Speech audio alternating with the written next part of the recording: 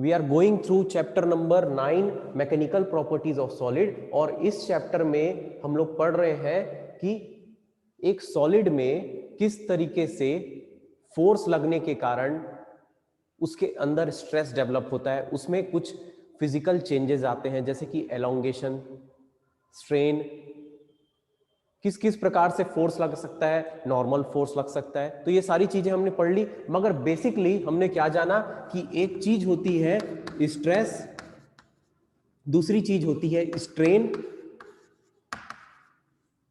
Stress का मतलब होता है कि अगर एक ऑब्जेक्ट पर, चलो एक ले लो, तो मैं एक ऑब्जेक्ट बनाता हूं, ये रहा एक ऑब्जेक्ट जिसको मैंने सीलिंग से मतलब छत से लटका कर रखा हुआ है, ठीक है, एक रॉड जैसा कुछ है। अब इसमें मैं फोर्स लगा रहा हूं, ये फोर्स लगाया मैंने F, ठीक है, मैं इस रॉड को नीचे खींच रहा हूं, बड़े ताकतवर फोर्स से इसको नीचे खींच रहा हूं, और कुछ इस तरीके से खींच रहा हूं कि इसमें इलोंगेशन होगा। इलोंगेशन मतलब इसका जो लेंथ होगा, जो फोर्स लगने से पहले होगा, मान लो L है, L इसका लेंथ होता है, L मान लो इसका लेंथ है, तो फोर्स लगने के कारण ये थोड़ा सा इसके में लेंथ में चेंज आएगा।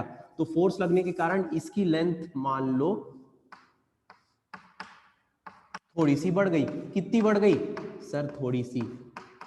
डेल एल, छोटा सा अमाउंट में फोर्स, छोटे से अमाउंट में लेंथ बढ़ गया, थोड़ा सा लेंथ बढ़ गया इसका। तो टोटल कितना लेंथ हो गया? अब L plus del L, total length हो गया ना, फोर्स लगने के कारण।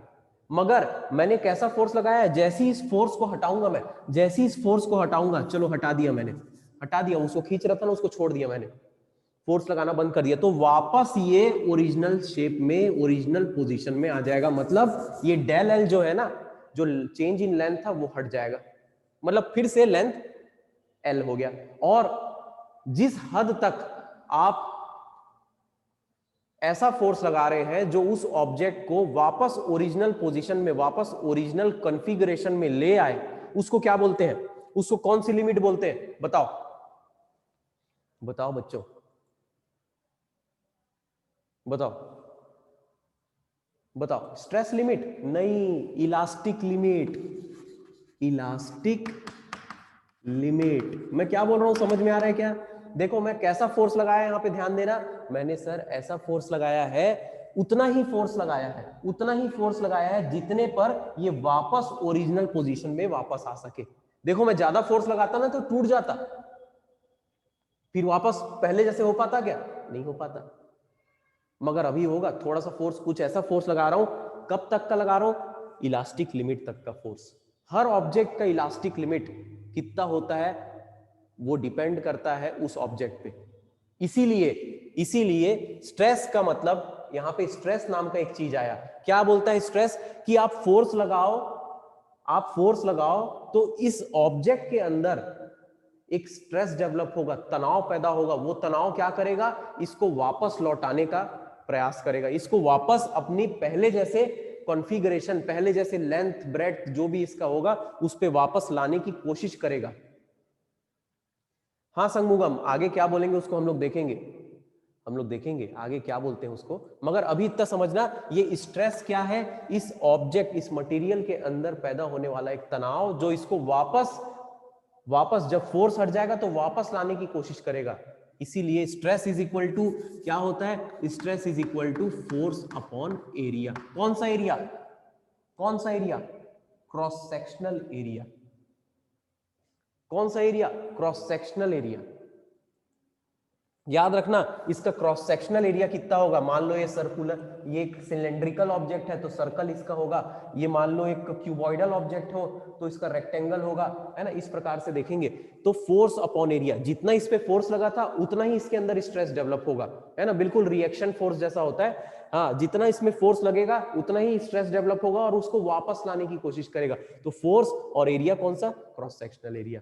स्ट्रेस का यूनिट क्या होता है? न्यूटन पर मीटर स्क्वायर। देखो यहां से न्यूटन और मीटर स्क्वायर, बिल्कुल सही सर। तो स्ट्रेन क्या है? स्ट्रेन का मतलब होता है कि कितना इसके अंदर चेंजेस आए, कितना इसमें चेंज आया फोर्स लगने के कारण।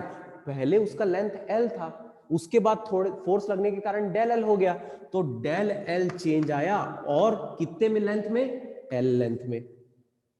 मतलब strain is equal to del L upon L. इसको ध्यान से समझना, स्ट्रेन का मतलब क्या है यहाँ पे, स्ट्रेन का मतलब है कितना लेंथ में चेंज आया और कितना उसका ओरिजिनल लेंथ है।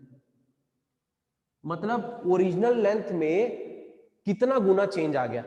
देखो इसको समझने की कोशिश करो, स्ट्रेन का मतलब ओरिजिनल लेंथ में कितना गुना चेंज आ गया। आप टेस्ट देते हो ना, 10 में से 4 मार्क्स पाए, मतलब टोटल मार्क्स तो 10 का था, 10 मार्क्स का था, आपने अपनी हैसियत के हिसाब से 4 मार्क्स पाए। वैसे ही जितना उस फोर्स की हैसियत थी उतना गुना उसको वो उतना ही उसको इलोंगेट कर पाया। ये डेल एल जो है ना, इसका मतलब है change in length. Change in length मतलब पहले कितना लेंथ था और अब कितना लेंथ है, दोनों को माइनस करना, मतलब बाद में कितना हो गया उसको पहले वाले से माइनस करना, तब डेल एल निकलेगा। डेल एल का मतलब समझ में आया? बोलो इतनी बात समझ में आई? और इसके बाद हमने हुक्स लॉ भी देखा। हुक्स लॉ क्या बोलता था? हुक्स लॉ बोलता था सर, कुछ नहीं नया बोलता था, वो इन दोनों के रिलेशन को बता देता था। इन दोनों के बीच रिलेशन, अरे स्ट्रेस पैदा हो रहा है उसी के कारण तो वो जितना इलोंगेट हुआ है, ये जितना इलोंगेट हुआ था ना, ये ऐसे मान लो इतना इलोंगेट हुआ था, डेल एल इतना ज्यादा लंबा हो गया था, इतना ज्यादा वो उसके लेंथ में चेंज आया था, तो वापस लौट गया था इस स्ट्रेस के कारण। तो इन दोनों में ऑफ कोर्स एक रिलेशन होगा। क्या बोलता है हुक्स लॉ कि stress is equal to stress is directly proportional to strain. Hooke's law यही बोलता है, मगर ध्यान देना ऐसा नहीं, stress is directly proportional to strain कोई बताएगा कब तक?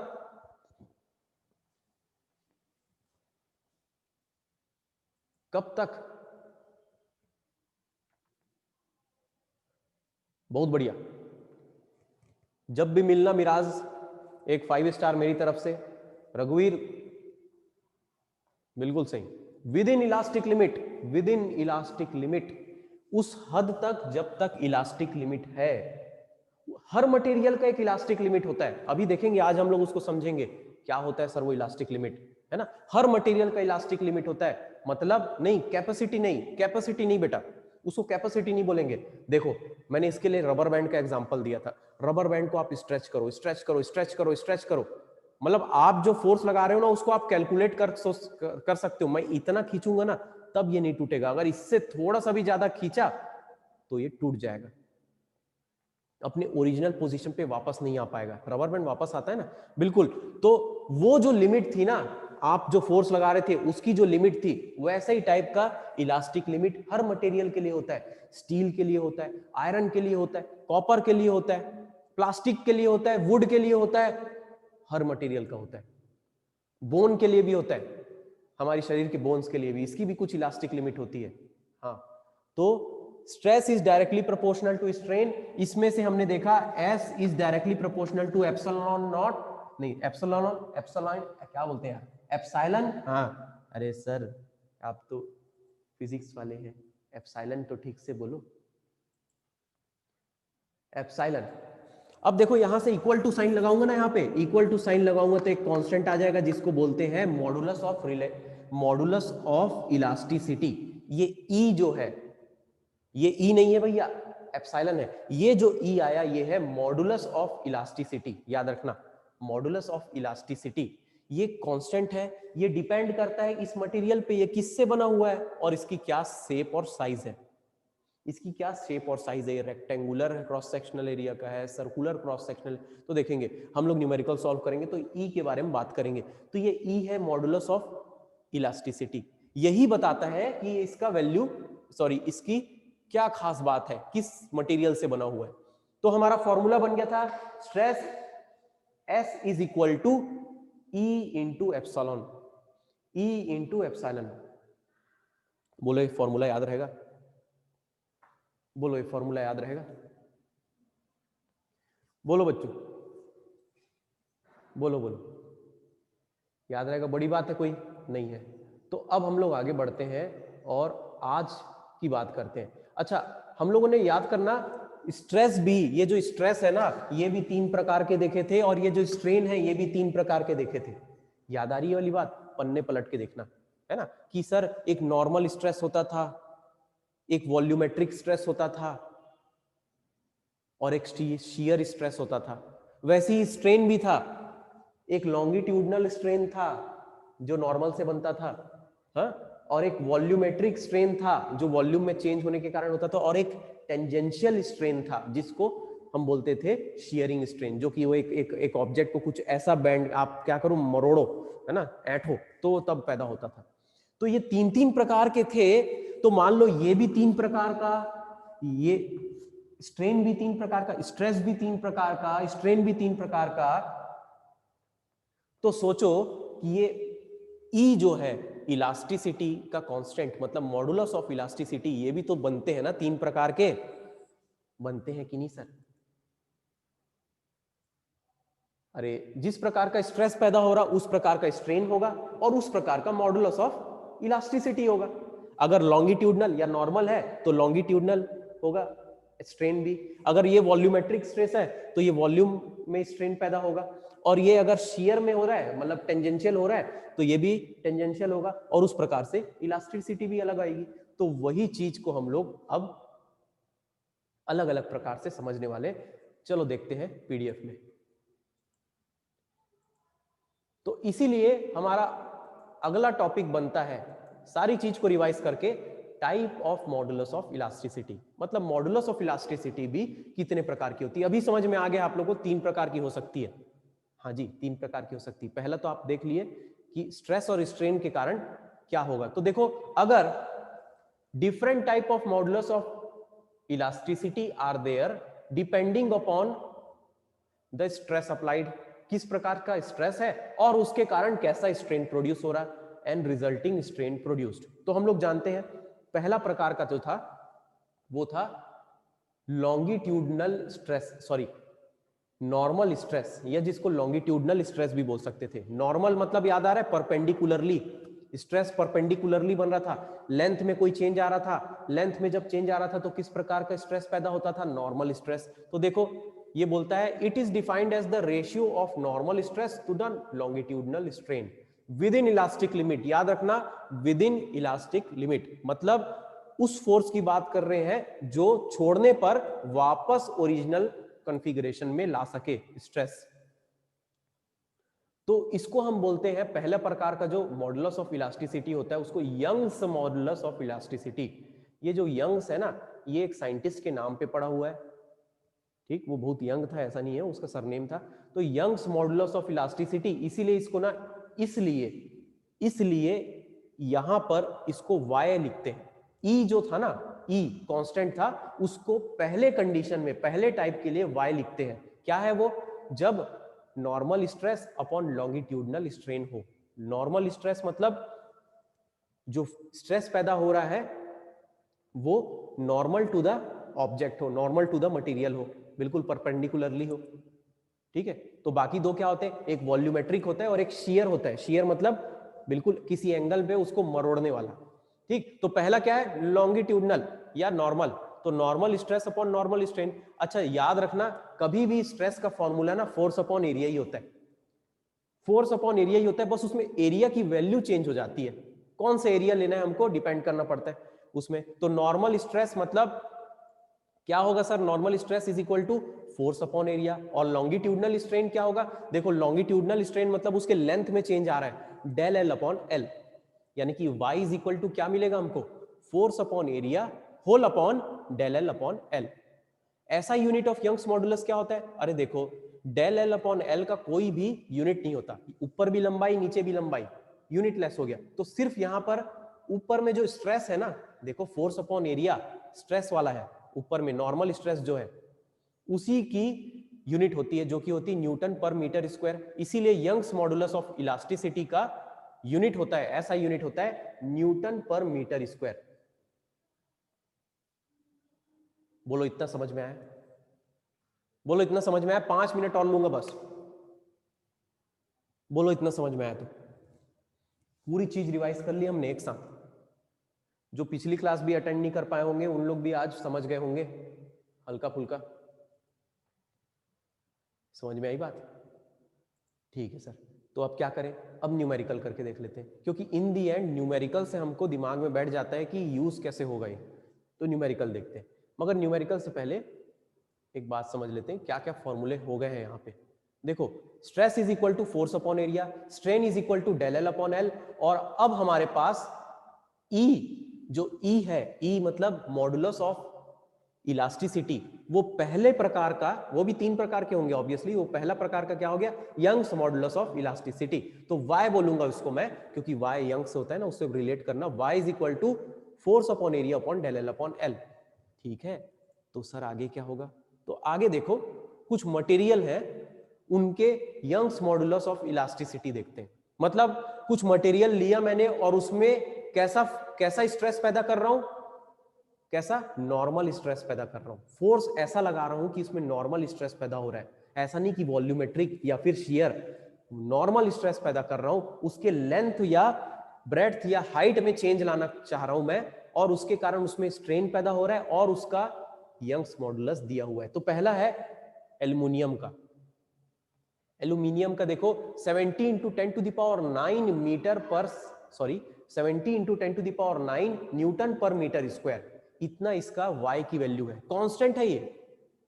अगर एल्युमिनियम है ना तो ये वैल्यू उसकी रहेगी, प्योर एल्युमिनियम, अच्छा वाला एल्युमिनियम, उसकी वैल्यू ये रहेगी। कॉपर का 110 इंटू 10⁹ न्यूटन पर मीटर स्क्वायर, ये Y की वैल्यू है उसकी, कांस्टेंट है भाई, उस मटेरियल पे डिपेंड करता है, वो मटेरियल कॉपर है। आयरन का 190 इंटू 10⁹ न्यूटन पर मीटर स्क्वायर। स्टील का 200 इंटू 10⁹ न्यूटन पर मीटर स्क्वायर। और भी मटेरियल है, हर मटेरियल का होता है ये Y की वैल्यू, हर मटेरियल की वैल्यू होती है। मेरे ख्याल से अगर आप देखेंगे वुड का, तो वुड का होता है शायद 10 न्यूटन मीटर स्क्वायर, न्यूटन पर मीटर स्क्वायर, कम है। देखो यहां पे हो क्या रहा है, जिस चीज का यंग्स मॉडुलस की वैल्यू ज्यादा है, जिस चीज की यंग्स मॉडुलस की वैल्यू ज्यादा है, हाँ अलॉय का भी होगा, बिल्कुल अलॉय का भी होगा, अलॉय का, स्टील इज अ अलॉय, अगर आप ध्यान दें तो स्टील एक अलॉय है। किसका अलॉय है? आयरन का अलॉय है। हाँ जी, हर ऑब्जेक्ट का यंग्स मॉडुलस की वैल्यू होगी। कैसे निकालेंगे ये? निकालना शायद आप उसको एक्सपेरिमेंटली निकाल सकते हो। मैंने इतना फोर्स लगाया, इतना इलॉन्गेशन हुआ, स्ट्रेस पता चल गया, स्ट्रेन पता चल गया, दोनों को डिवाइड कर दो, आपको यंग्स मॉडुलस ऑफ इलास्टिसिटी मिल जाएगी। देखेंगे ना, न्यूमेरिकल इसीलिए तो करते हैं। मगर अभी एनालिसिस करने वाली बात यह है, जिस ऑब्जेक्ट का, जिस मटेरियल का यंग्स मॉडुलस ऑफ इलास्टिसिटी बड़ा होता है, वो ज्यादा इलास्टिक होता है, उसकी ज्यादा इलास्टिसिटी होती है। मतलब अगर उसमें मैं फोर्स लगाऊंगा और उसके बाद छोड़ूंगा, तो फिर वो वापस आने की क्षमता जो होती है, उसकी वापस अपने पहले जैसे कॉन्फ़िगरेशन में आने की क्षमता होती है, उसको कहते हैं इलास्टिसिटी। तो जिसकी ज्यादा इलास्टिसिटी है उसका ज्यादा वैल्यू होता है यंग्स मॉडुलस ऑफ इलास्टिसिटी। तो यहां पे क्या लगता है, एल्युमिनियम ज्यादा इलास्टिक है कि स्टील ज्यादा इलास्टिक है? बोलो बोलो बच्चों, ज्यादा समय नहीं लूंगा। देख लो वैल्यू, देख लो यहां पे, एक की वैल्यू है 70 इंटू 10⁹ और दूसरे की है 200 इंटू 10⁹। कौन ज्यादा इलास्टिसिटी रखता है?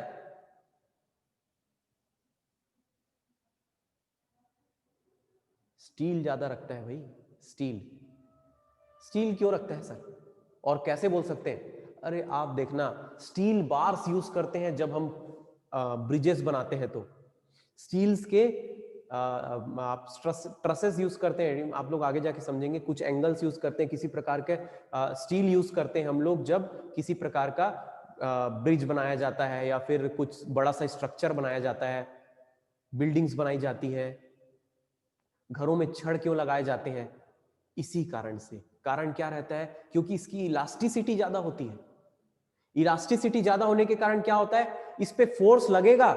आप सोचो, कभी घर के दीवार आप ऐसा चाहोगे क्या कि घर के दीवार में आपने कोई फोर्स लगाया, फोर्स, आपके फोर्स से कुछ नहीं होगा, मान लो कोई गाड़ी आके टकराई और टकरा कर वो दीवार जो है वो बिल्कुल वैसे ही जैसा टकराई तो वैसे ही हो गया, मुड़ गया, ऐसा चाहोगे क्या? नहीं चाहोगे आप, वो वापस उस पोजीशन पे आ जाए, ऐसा चाहोगे। और इसीलिए जो बड़ी बड़ी स्काई स्क्रीपर्स होते हैं, बड़े बड़े बिल्डिंग्स होते हैं ना, उसमें स्टील ज्यादातर, ज्यादा से ज्यादा स्टील यूज किया जाता है। ईंट पत्थर कम से कम यूज किया जाता है। आप लोग देखोगे मॉल्स में देखे होगे किस प्रकार से स्ट्रक्चर्स बनते हैं, स्टील ज्यादा यूज करते हैं। फैक्ट्रियां बनती हैं उसमें ज्यादातर स्टील यूज करते हैं। क्यों करते हैं? ताकि कभी भूकंप आए या फिर उसमें कोई लोड पड़े तो वो लोड जब हट जाए तो वापस अपने पोजीशन पे आ पाए। ऐसा नहीं कि बैंड हो गया तो बैंड ही हो गया, इलास्टिसिटी होनी चाहिए उसमें।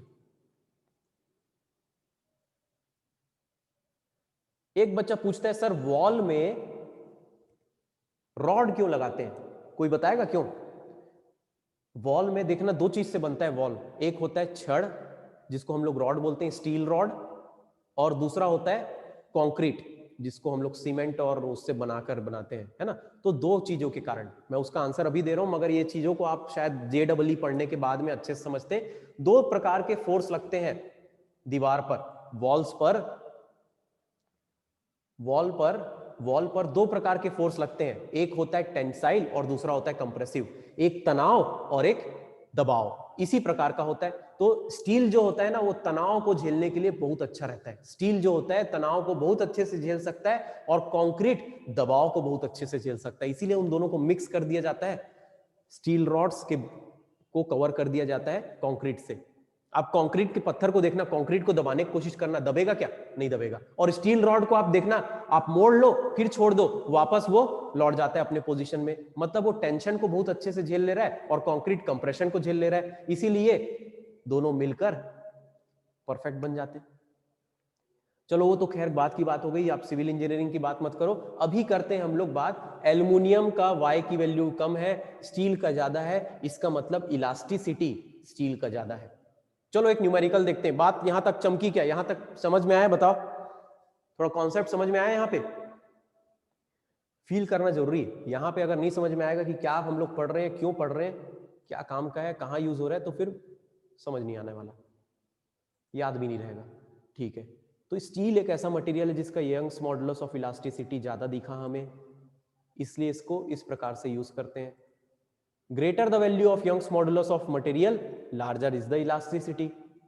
फोर्स भी ज्यादा सह सकता है, सॉलिड है भाई, एक मेटल है, ऐसा नहीं कि आप रबर का बना दो, रबर का भी इलास्टिसिटी ज्यादा होगा, नहीं रबर का नहीं बनाना चाहोगे आप। रबर का बनाना चाहोगे कि आप दीवार या फिर कोई स्ट्रक्चर, हाँ वो झूल बिल्कुल अपना वो फ्लक्चुएट होते रहेगा, ऐसा नहीं चाहते आप। रिजिड रहे, रिजिड बॉडी रहे, मगर रिजिडिटी के साथ में उसमें क्या रहे, इलास्टिसिटी भी रहे भाई। फोर्स लगने पर हो थोड़ा सा चेंजेस आए, मगर इलोंगेशन होने के बाद में, फोर्स हटने के बाद नॉर्मल पोजीशन में आ जाए, अपने सेम कॉन्फ़िगरेशन में आ जाए। एक न्यूमेरिकल देखो फट से, ये न्यूमेरिकल है अपने एनसीईआरटी बुक का, बोलता है कि स्टील रॉड है, स्टील रॉड है मतलब Y की वैल्यू सेम होने वाली है, वही Y की वैल्यू जो दी थी, ठीक है। स्टील रॉड है, उसका रेडियस है 10 मिलीमीटर का।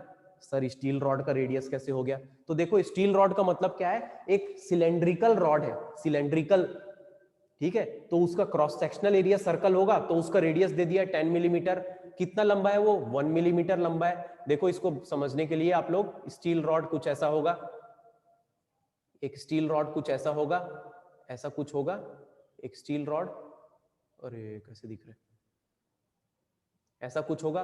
और ये जो इसका क्रॉस सेक्शन होगा ना, इसका जो क्रॉस सेक्शन होगा वो सर्कुलर होगा ऐसा। तो इस सर्कुलर जो क्रॉस सेक्शन होगा इसका रेडियस होगा 10 मिलीमीटर, और लंबाई कितनी होगी? इसकी लंबाई होगी जैसे कि यहाँ पे दिख रही है आपको, इसकी लंबाई होगी 1 मीटर की, ये देखो 1 मीटर।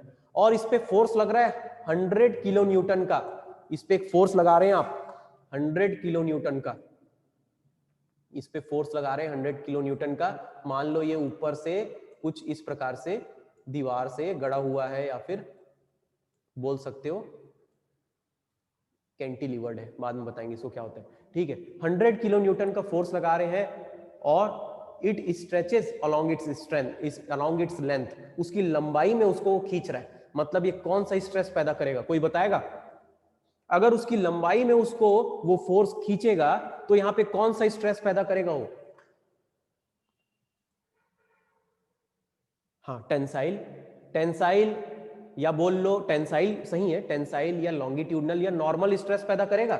हाँ तो यही जानना था हमें, यानी कि पता क्या करना है, यहाँ पे क्वेश्चन क्या पूछता है कि स्ट्रेस कितना पैदा होगा वो पता करो, इलोंगेशन कितना होगा मतलब डेल एल। देखो इसकी लंबाई 1 मीटर दे रखी है, 1 मीटर इसकी लंबाई दे रखी है, इस 1 मीटर की लंबाई में कितना चेंज आएगा, कितना चेंज आएगा जब फोर्स लगेगा, तो वो बताना है बोलता है। ठीक है सर, बता देंगे। और उसके बाद आखिरी में बोलता है percentage strain on the rod. इसको मैं आखिरी में समझाऊंगा, percentage strain on the rod क्या होता है। और given Young's modulus of elasticity of steel दिया हुआ है 2 × 10⁻11 न्यूटन पर मीटर स्क्वायर। सर ये तो 200 × 10⁹ होता था, ये 2 × 10⁻11 कैसे हो गया? बायो वालों, नहीं सर इतने भी बुद्धू नहीं है बायो वाले, क्या है? बायो इसीलिए लिए है क्योंकि मैथ्स में हम लोग पूरा पढ़ लिए, पूरा मैथ्स पढ़ लियो, इसीलिए तो बायो लियो। ठीक है, 2 × 10⁻11 का मतलब हुआ 200 × 10⁹, सेम वैल्यू है भाई, घबराना नहीं। चलो क्या क्या चीज दी हुई है उसको देख लेते हैं।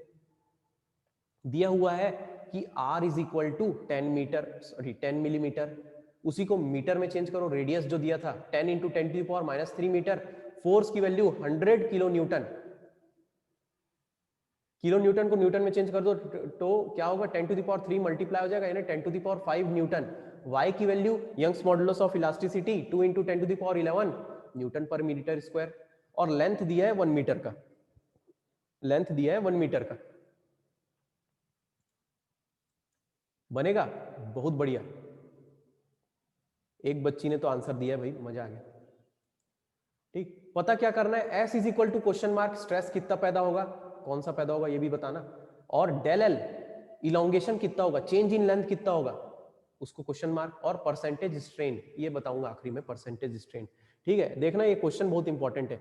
S = क्या होता है, स्ट्रेस = फोर्स अपॉन एरिया, सीधी बात, हमेशा यही होने वाला है, force upon area, force upon area, बस ये एरिया चेंज हो सकता है कब, वॉल्यूम में जब फोर्स लगता है तो सरफेस एरिया हो जाएगा, जब वो किसी प्रकार का शेयर करेगा तो वो उस जगह पे लगने वाला एरिया बन जाएगा। मगर यहां पर तो नॉर्मल स्ट्रेस है भाई, लेंथ में चेंज ला रहे हैं, नॉर्मल स्ट्रेस के लिए simple cross sectional area, cross sectional area, तो cross sectional area S = F/A, ये क्रॉस सेक्शनल एरिया A हमको मालूम नहीं है, वो हो जाएगा, रेडियस दिया हुआ है ना, तो πr², पाई इंटू 10 × 10⁻³ का स्क्वायर, तो देखो 10 × 10⁻³ का स्क्वायर निकालेंगे ना, उसकी वैल्यू पुट कर देते हैं हम लोग, तो S = फोर्स क्या दिया हुआ था, 10⁵ न्यूटन, अभी निकाले थे, किलो न्यूटन 100 किलो न्यूटन मतलब 10⁵ न्यूटन, और नीचे A की वैल्यू रख दो आप, पाई इंटू 10 ×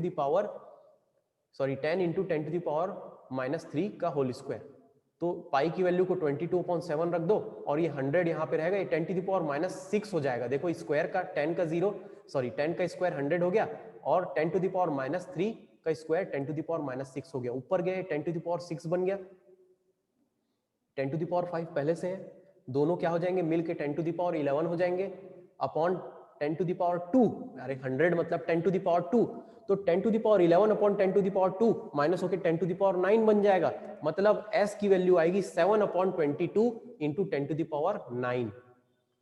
तो इसको जब मल्टीप्लाई करेंगे और एक 10 को इसमें मल्टीप्लाई कर लेंगे तो आएगा 3.18 इंटू 10⁸ न्यूटन पर मीटर स्क्वायर। नहीं पता कैसे आया, अरे यहां पे कैसे आया पता चल गया ना, 10⁵ इंटू 10⁴। ठीक, 7/22 को डिवाइड करोगे तो 0.318 आएगा, एक 10 और दे दो उसको, तो 3.18 बन गया, तो 10 दे दिए तो इसलिए 10⁸ बचा। चमका, न्यूमेरिकल चमका, बनेगा न्यूमेरिकल,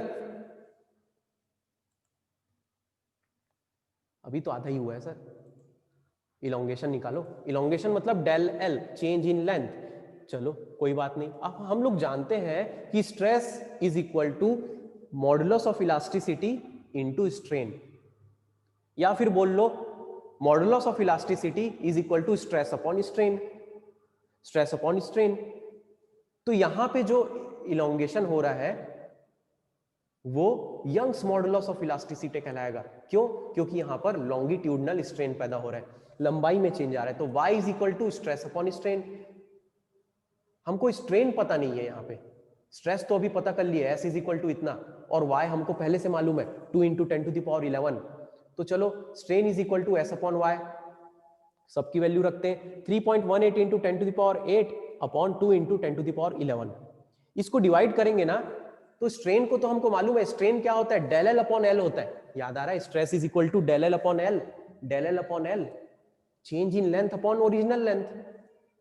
तो डेल एल अपॉन एल क्या हो जाएगा, इसको डिवाइड करना, देखना 3.18 अपॉन 2 क्या आएगा 1.59, और इसको तो ऐसे ही कर लोगे आप लोग, क्या करोगे 10 to the power 8 into 10 to the power -11, ये ऊपर जाएगा तो -11 हो जाएगा, तो बचेगा 10 टू द पावर -3, यानी डेल एल अपॉन एल हो रहा है 1.59 इंटू 10 टू द पावर -3, ये वैल्यू आ रही है। अब एल की वैल्यू भी आपको मालूम है, देखो डेल एल की वैल्यू को हम लोग यूज करने वाले हैं, इसीलिए डेल एल को मैं बता रहा हूं, डेल एल यानी strain is equal to 1.59 into 10 to the power -3, इसमें से एल की वैल्यू है 1 मीटर, ये एल को इधर ले जाओ 1 मीटर बना दो, उसको 1 मीटर लिख दो, वहां पे 1 लिख दो, तो इसमें हमको del L change in length मिल गया 1.59 into 10 to the power -3 metre. इसका मतलब ध्यान देना, इसके मतलब पे ध्यान दो, बस बस थोड़ा सा बच्चा देखो, इसका मतलब ये है, ये मान लो 1 मीटर का था और इस पे फोर्स लगा, इस पे फोर्स लगा 100 किलो न्यूटन का, तो इसमें स्ट्रेस पैदा हुआ वो 3.18 इंटू 10 टू द पावर क्या था यार 8 न्यूटन पर मीटर स्क्वायर, इतना पैदा होगा इसके अंदर, स्टील का बना होगा तो। और जब मैं इसको हटा दूंगा, सॉरी, जब मैं इतना फोर्स लगाऊंगा तो ये डेल एल इतना होगा, इतना चेंज इन लेंथ होगा। मतलब हम लोग वी कैन कैलकुलेट एवरीथिंग। अगर हमको ये पता चल जाए कि इसका यंग्स मॉडुलस ऑफ इलास्टिसिटी कितना है, तो हम लोग ये बता सकते हैं कि इतना फोर्स लगने पे इतना इलोंगेशन होगा। अगर मैं इतना फोर्स लगा रहा हूं, 100 किलो न्यूटन का फोर्स लगा रहा हूं, तो ये डेल एल कितना होगा कैलकुलेशन से, मतलब उसमें लोड लगने से पहले, उसमें फोर्स लगने से पहले बता दूंगा मैं कि वो 1.59 into 10 to the power -3 metre का चेंज इन लेंथ आएगा, इतना थोड़ा सा और बड़ा हो जाएगा ये, सोचो। एंड यही तो फिजिक्स है। फिजिक्स क्या है, to observe the thing, to analyse the thing and to observe the thing, to calculate the things and to analyse it, है ना। ऑब्जर्व किया आपने, थ्योरी पढ़ा, कैलकुलेट किया, अब देखो एनालाइज कर लो, ठीक है, बनी बात। अब देखो आगे में परसेंटेज इलोंगेशन पूछ रहा है। परसेंटेज इलोंगेशन का मतलब क्या होता है, percentage strain, sorry percentage elongation नहीं, परसेंटेज स्ट्रेन, मतलब जो स्ट्रेन पैदा हुआ है ना वो कितने परसेंट का है। आपको 100 मार्क्स के पेपर में से 80 मार्क्स मिले तो कितना परसेंट मिला, 80% मिला आपको मार्क्स। बिल्कुल वैसे ही करना है, मल्टीप्लाइड बाय 100, स्ट्रेन को मल्टीप्लाइड बाय 100, जो भी स्ट्रेन की वैल्यू हुई है। तो स्ट्रेन की वैल्यू तो हम नहीं निकाले हैं, बोलोगे अरे डेल एल अपॉन एल जो है, ये डेल एल अपॉन एल ही तो स्ट्रेन है, 1.59 इंटू 10 टू द पावर -3 में आप 100 मल्टीप्लाई कर दो, क्या मिलेगा sir, del L upon L में 100 मल्टीप्लाई, तो 1.59 into 10 to the power -3 into 100 क्या होगा सर, देखना ये 10 टू द पावर -3 और ये 10 टू द पावर 2 बचेगा 10 टू द पावर -1, है ना, दोनों प्लस होंगे, 10 टू द पावर -1, तो इसको मल्टीप्लाई करेंगे तो क्या होगा 0.159, ये परसेंट में आएगा, जो कि लगभग होता है 0.16%। मतलब ये जो चेंज इन लेंथ हुआ ना, ये जो चेंज इन लेंथ हुआ इसमें, ये टोटल लेंथ का 0.16% हुआ। टोटल लेंथ 1 मीटर का था, उसका 0.16%, इस टोटल लेंथ का 0.16% का चेंज इन लेंथ आया, यही पूछ रहा है परसेंटेज स्ट्रेन में। तो आखिरी में आंसर लिखेंगे आप लोग, S is equal to 3.18 into 10 to the power 8, ये स्ट्रेस हुआ न्यूटन पर मीटर स्क्वायर। इलोंगेशन यानी del L is equal to 1.59 into 10 to the power -3 metre हुआ, और परसेंटेज स्ट्रेन होगा 0.16%। बोलो समझ में आई बात यहां तक। आज एक ही न्यूमेरिकल करें हम लोग, और अच्छे अच्छे न्यूमेरिकल करेंगे, एक और नया कॉन्सेप्ट बचा हुआ है, 2 कॉन्सेप्ट और बचे हुए हैं, 2 टॉपिक बचे हुए हैं, उसको कंप्लीट करेंगे। This is it for today. अगर समझ में आया, कुछ डाउट है तो बताओ।